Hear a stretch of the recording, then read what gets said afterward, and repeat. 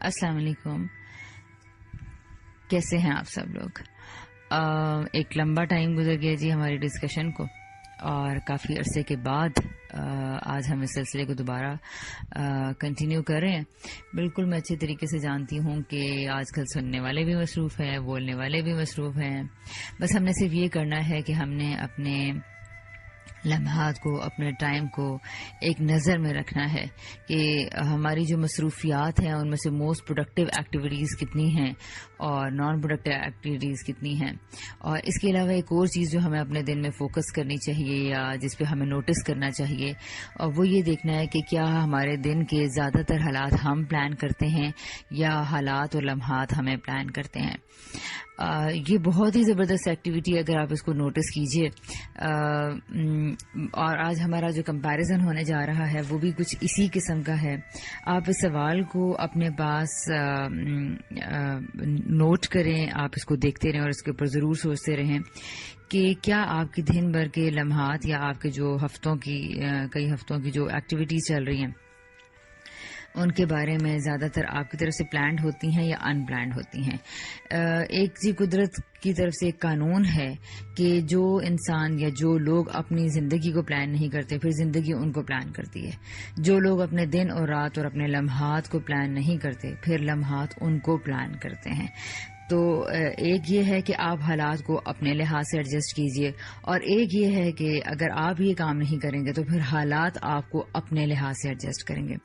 اس بات کے بہت ہی مزے کے اور بہت ہی زیادہ گہرے پوائنٹس بھی ہیں، اور جب آپ ان دونوں چیزوں کو کانشیسلی ایکسپیرئنس کریں گے تو آپ کو پتہ چلے گا کہ ان دونوں طرح کی جو زندگی ہے یا حالات ہیں اس میں کتنا زیادہ فرق ہے.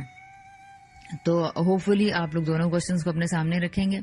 آپ لوگ اپنے دن میں بھی دیکھ لیں گے کہ آپ لوگوں کے کتنے حالات، کتنی چیزیں پلانڈ ہیں، اور اس کے علاوہ یہ بھی کہ زیادہ تر حالات آپ کو پلان کرتے ہیں یا آپ ان کو. اچھا، اس کو ذہن میں رکھتے ہوئے ایک بہت ہی انٹرسٹنگ کریکٹر ابھی ہم ڈسکس کرنے جا رہے ہیں چیپٹر نمبر 4 کے اندر، چونکہ پہلی ڈسکشن فوزیہ باجی نے بھیجی تھی. بائی دا وے فوزیہ باجی کے بارے میں آپ سوچ رہے ہوں گے کہ کافی دن سے ان کی کوئی پارٹیسپیشن نہیں آئی، تو وہ چونکہ انہوں نے اپنے تعارف میں بتایا تھا کہ وہ نگر نگر ان کا جانا گھومنا ایک کیا ہے کہ جاب کا حصہ ہے. سو اب ان کی اگلی ٹرانسفر آ گئی ہے، تو کشمیر اور مظفر آباد کے خوبصورت علاقوں سے اب وہ ایک بہت ہی دوسرے کونے میں کوئٹہ کی طرف جا رہی ہیں.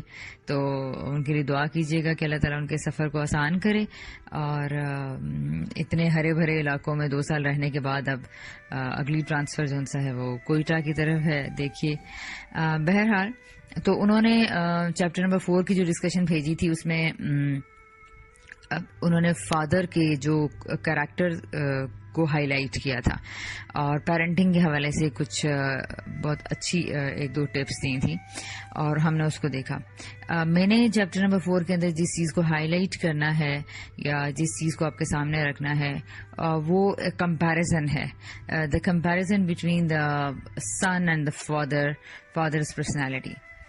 میرا خیال ہے کہ اس طرح کے کمپیریزن ہر وقت ہی ہمیں اپنی زندگی میں دیکھنا پڑتے ہیں. آپ لوگ بھی پچھلی جیسے ہمارے کمپیریزن چل رہا تھا سنٹیاگو کا اور بھیڑوں کا، اب یہ ایک اور طرح کی چیز ہے جو آپ کے لیے دلچسپی کا سبب بنے گی. یہاں پر باپ کی شخصیت کا اور بیٹے کی شخصیت کا موازنہ ہوگا. تو میں آپ باپ کی کچھ لائنز رکھتی ہوں اور دیکھتے ہیں، اور آپ سے کچھ میں نے سوالات کرنے ہیں. بیسیکلی آپ ان سوالات کے جوابات سینڈ کیجئے، ان کے اوپر سوچئے، غور کریے، اور پھر ہم اپنی ڈسکشن کو آگے بڑھائیں گے. تو میں بیسیکلی صرف آپ کے سامنے رکھنے جا رہی ہوں سوالات. میں چاہتی ہوں اس دفعہ ڈسکشن اس طرح سے ہو کہ وہ آپ لوگوں کے پوائنٹس کو سمرائز کر کے کی جائے. لرننگ جی 2 وے پروسیس ہوتی ہے، اور یہ سب کے ساتھ ہی سیکھی جا سکتی ہے. اس میں مزہ دوبالا ہو جاتا ہے جب سب لوگ اپنا انپٹ دیتے ہیں. سمجھتے ہیں کہ باپ کے یہ جملے کہ وہ لوگ نئی چیزوں کی تلاش میں یہاں آتے ہیں، لیکن جب وہ لوٹتے ہیں تو ویسے ہی ہوتے ہیں جیسے آئے تھے. اور اس کے علاوہ وہ جب محل کو دیکھتے ہیں، پہاڑ سر کر لیتے ہیں، تو اس وقت وہ یہ ریئلائز کرتے ہیں کہ جو کچھ ہمارے پاس ہے اس سے تو ماضی بہتر تھا. اور پھر اس کے بعد اس کا یہ کہنا کہ اگر وہ لوگ ہماری بستیوں میں آئیں تو یہیں رہنا پسند کریں، اور یعنی کہ یہ ہماری جگہ اتنی حسین ہے، یا اس طرح کی بات. اور اس کے علاوہ اس کا یہ کہنا کہ ان کے پاس تو بہت سی دولت ہوتی ہے خرچ کرنے کے لیے، اور ہمارے ہاں تو صرف یہ چرواہے کرتے ہیں.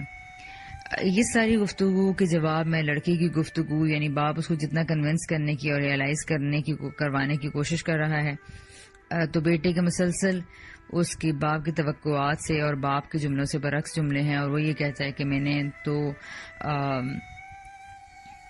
ان کے محل دیکھنے ہیں، میں ان کے علاقے دیکھنا چاہتا ہوں، میں یہ دیکھنا چاہتا ہوں کہ وہ کیسے رہتے ہیں، اور ٹھیک ہے پھر میں گڈریا ہی بننا چاہتا ہوں. تو یہ ایک ڈائلاگ تھا، اور اس کے بارے میں میں نے سوچا کہ پہلے آپ سے انپٹ لی جائے. آپ لوگوں کے اوپر اس ڈائلاگ نے کیا اثرات چھوڑے؟ میں نے اسی لیے وہ حصہ بالکل اگنور کر دیا ہے یا چھوڑ دیا ہے جو کہ فوزیہ باجی بتا چکی ہیں، جو کر چکی ہیں، اور وہ ایک الگ ڈائریکشن ہے. اور ہم صرف پہلے اس چھوٹے سے 4-8 لائنز ہیں، اور میں اس کو اٹیچ کر دیتی ہوں. آپ لوگ اوپر سے اس کو پڑھ بھی سکتے ہیں، اور کائنڈلی اپنا انپٹ شیئر کیجئے. اور آپ لوگوں کی اوپینینز یقیناً ہمارے لیے اچھے فہم کا سبب بنیں گی، اور ایک دوسرے سے سیکھنا اور سکھانا ہی ڈیفینیٹلی سب سے بہترین ایکٹیویٹی ہے میرا. سو اس کے اوپر غور کیجئے، دیکھیے، and it will take just your 5 minutes. تو اگلی ڈسکشن میں جو آپ لوگوں کے جوابات موصول ہوں گے ان کی بیسس پہ میں ان کو کنکلوڈ کرتے ہوئے اگلی ڈسکشن انشاءاللہ شروع کروں گی. جوابات کا انتظار رہے گا، اور پھر اس کے ساتھ ہم اگلی ڈسکشن اور اس کمپیریزن کو سمجھنے کی کوشش کریں گے، تاکہ ہمیں اپنی زندگی میں جھانکنے کا موقع ملے، اور اپنی زندگی میں ہم لوگ اپنے کیریکٹرز کو اور لوگوں کے کیریکٹرز اینڈ بیہیویئرز کو سمجھ سکیں. مجھے یقین ہے کہ یہ کمپیریزن اگر آپ نے اچھے سے سمجھا، یا آپ نے اس کو کے اوپر اپنے کامنٹس دیے، تو آپ لوگ یقیناً بہت سارے لوگوں کو اور زندگی کے بہت سارے موڑ کو سمجھنے کے قابل ہو جائیں گے.